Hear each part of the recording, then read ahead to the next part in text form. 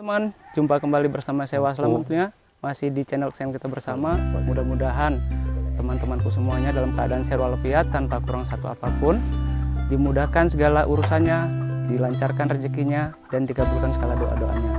Baiklah teman-teman, untuk video kali ini saya sedang berada di Desa Ujung Batu 2. Kebetulan ada sesuatu yang harus saya kulik ya teman-teman ya. Jadi tidak perlu berlama-lama.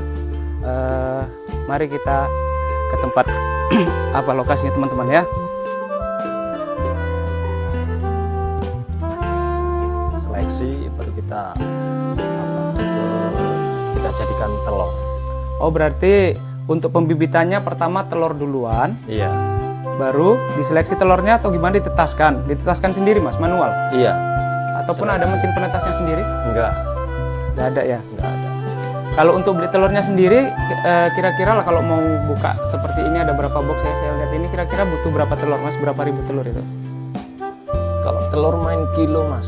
Telur per kilo? Dalam satu box ukuran segini setengah kilo.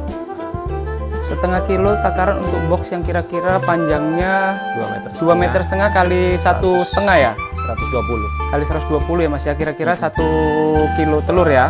Setengah kilo telur ya? Kira-kira dalam waktu penetasannya dari telur sampai dia menetas menjadi bayi-bayi jangkrik usia berapa mas? Usia di dalam pengelolaan indukannya itu dibutuhkan waktu 3 malam. Untuk pemeraman di dalam pasir kurang lebih sekitar 3 malam. Kurang lebih sekitar 9 atau 10 hari baru menetas. 9 sampai 10 hari baru menetas ya? Dari mulai naro pasir untuk indukannya. Istilahnya untuk media lah, media tempat dia ngerami telur ya mas ya? Iya. Iya. Kenapa lah harus jangkrik mas? Kenapa tidak yang lain? Tak seperti apa gitu kan? Apakah istilahnya memang pasarannya yang tinggi ataupun istilahnya memang peminatnya yang banyak atau gimana? Ya kita kan nengok ke kondisi sekarang juga. Sekarang banyak pemain burung ya yang hobi mancing. Salah satu pakan jangkrik ini kan untuk bikin apa? Untuk orang mancing, untuk pakan burung, bukan untuk pakan ikan arowana tadi. Oh gitu. Iya ya, berarti tidak untuk dikonsumsi manusia. Tidak ya, karena kan saya pernah mendengar katanya kalau jangkrik itu tingkat proteinnya lebih tinggi daripada udang. Ya. Jadi ada yang konsumsi jangkrik mas dengan cara mungkin dibuat peyek ya. Dibuat peyek itu ada juga seperti itu.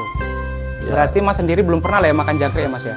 Belum. Kalau yang mau ya silahkan monggo. Kalau enggak yang kadang kan memang ada yang mau, ada yang enggak gitu. Iya. Memang ya dulu pernah juga ada saudara yang minta untuk digoreng ya. Dikasih. Silahkan saya kasih. Nah, untuk pemasarannya sendiri mas, kalau untuk pemasaran sendiri kira-kira di mana ini?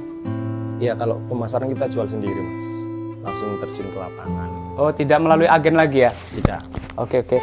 Kalau yang di luar sana kira-kira apa itu mas? Yang 2 kotak tadi itu kira-kira untuk jangkrik? Indukan ya? Nah, memang harus dipisah sama untuk yang apa? Penetasannya. Kalau seandainya waktu pas mau dipisahkan antara calon indukan sama yang seperti ini yang khusus untuk dipanen, itu apakah harus diseleksi dulu antara betina dan jantannya? Iya lebih bagusnya sih begitu, cuman kadang lebih kurang telatennya mas untuk memisah, karena bukan 10 atau 20, mungkin ada ratusan atau ribuan jangkrik yang harus diseleksi. Betul. Jadi sebenarnya terlalu ribet mas ya? Iya. Dan selama mas buka usaha inilah istilahnya membudidayakan jangkrik, kira-kira kendala apa yang sudah mas hadapi? Yang jelas sebuah usaha pasti ada konsekuensinya ataupun ada resikonya. Ya kalau pas lagi banjir, lagi banyak jangkrik, otomatis disitulah salah satu kendalanya. Karena bingung mau memasarkannya kemana gitu. Ya walaupun ujung-ujungnya terjual habis ya tetap ada fase agak bingung gitu. Oh gitu ya. Tapi kan selama ini kan sudah punya istilahnya relasi, masnya kan selama istilahnya masnya budidaya jangkrik, tentunya kan mas sudah punya relasi-relasi di luar sana untuk menerima jangkrik panen yang dari mas punya ini tadi, peternakan mas? Ada, ya semua udah punya langganan masing-masing. Karena kan peternak jangkrik nggak hanya di sini. Betul. Bisa dibilang udah mancanegara. Iya betul. Berarti mas mendalami budidaya jangkrik ini tadi udah dari tahun berapa mas? Kurang lebih udah 4 tahunan, Mas. 4 tahunan, Mas ya. Berarti istilahnya suka duka dalam proses pembudidayaan ini tadi sudah dialami semua ya, Mas ya? Udah, Mas. Dari mulai istilahnya mungkin gagal panen, Ya. dari mulai mungkin sudah panen tapi tidak tahu pemasarannya, Iya. seperti ya, itu, Mas ya? Kalau sudah panen belum nggak tahu pasarannya, mungkin itu awal-awal kita memulai. Iya, betul. Cuman kalau menginjak yang gagal panen, menginjak banjir, itu fase berikutnya, Mas. Nah, jadi kira-kira selama Mas membudidayakan jangkrik ini, kira-kira tingkat kesulitannya itu apa, Mas? Dan jangkrik ini rentan terhadap apa? Kadang faktor cuaca pun ngaruh juga, Mas. Faktor cuaca, Mas ya? Iya. Berarti kalau cuaca mungkin suhunya turun, mungkin pengaruh sama jangkrik tadi, Mas ya? Agak pengaruh, Mas. Gitu ya? Apakah dia akan mati atau tidak produktif gitu?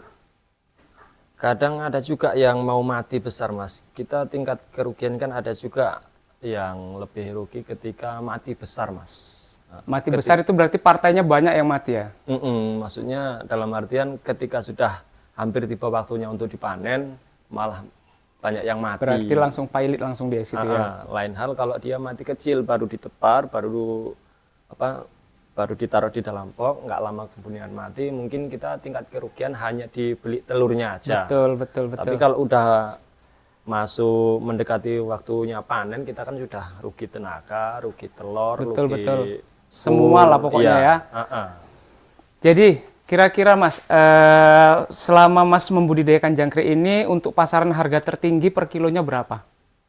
Kalau kita standar aja sih, Mas. Standar? 60-an. 60 per kilo ya, Mas ya. Berarti itu dari harga segitu itu masih bisa lah Mas termakan untuk ke modal-modal selanjutnya, masih bisa diputarkan, Mas ya? Masih, Mas. Masih ya. Kalau nggak bisa terputarkan otomatis ya macet jalan di tempat, Mas. Betul. Dan kira-kira selama perjalanan ini membudidayakan jangkrik, ada nggak kepikiran untuk budidaya yang lainnya selain jangkrik? Sebenarnya sih ada juga, pengen juga kayak tetangga, kayak kawan, ada juga yang budidaya ulat Hongkong. Cuman kadang memang waktu kita yang nggak ngejar, kadang kita kan memang berpacu sama waktu gitu. Iya, betul. Karena pekerjaan kita nggak hanya di jangkrik ini aja. Ya bisa dibilang ya usaha jangkrik ini sambilan, cuman ketika panen ya sapulu ya sabolas gitu, Mas. betul Mas. Baiklah pemirsa ya, ternyata sosok Mas Wahadi ini sangat enak diajak bicara ya teman-teman ya. Beliau tidak sombong dan beliau memberikan informasi-informasi yang mungkin penting sama teman-teman semua yang mungkin melihat video. Produksinya bagus, pasarannya juga bagus, ya mungkin itu menjadi salah satu keuntungan tersendiri buat Mas Wahadi. Tapi di saat pas produksi bagus tapi peminatnya turun, nah itu mungkin jadi PR tersendiri buat Mas Wahadi. Jadi kalau kita mau sukses itu pasti banyak sandungan-sandungan yang kita alami untuk menuju ke kesuksesan tersebut. Jadi buat teman-teman yang mau mencoba membudidayakan apapun itu, baik jangkrik, baik ulat ataupun cacing dan yang lain-lainnya, silakan mencoba dari sekarang, karena apapun ceritanya, kegagalan adalah guru berharga di kemudian hari. Saya rasa sampai di sini dulu video kita ya teman-teman ya. Lebih dan kurangnya saya mohon maaf. Mudah-mudahan video kita ini bisa memberi inspirasi kepada teman-teman semuanya. Saya akhiri dulu. Wassalamualaikum warahmatullahi wabarakatuh. Bye Mas, di kamera Mas.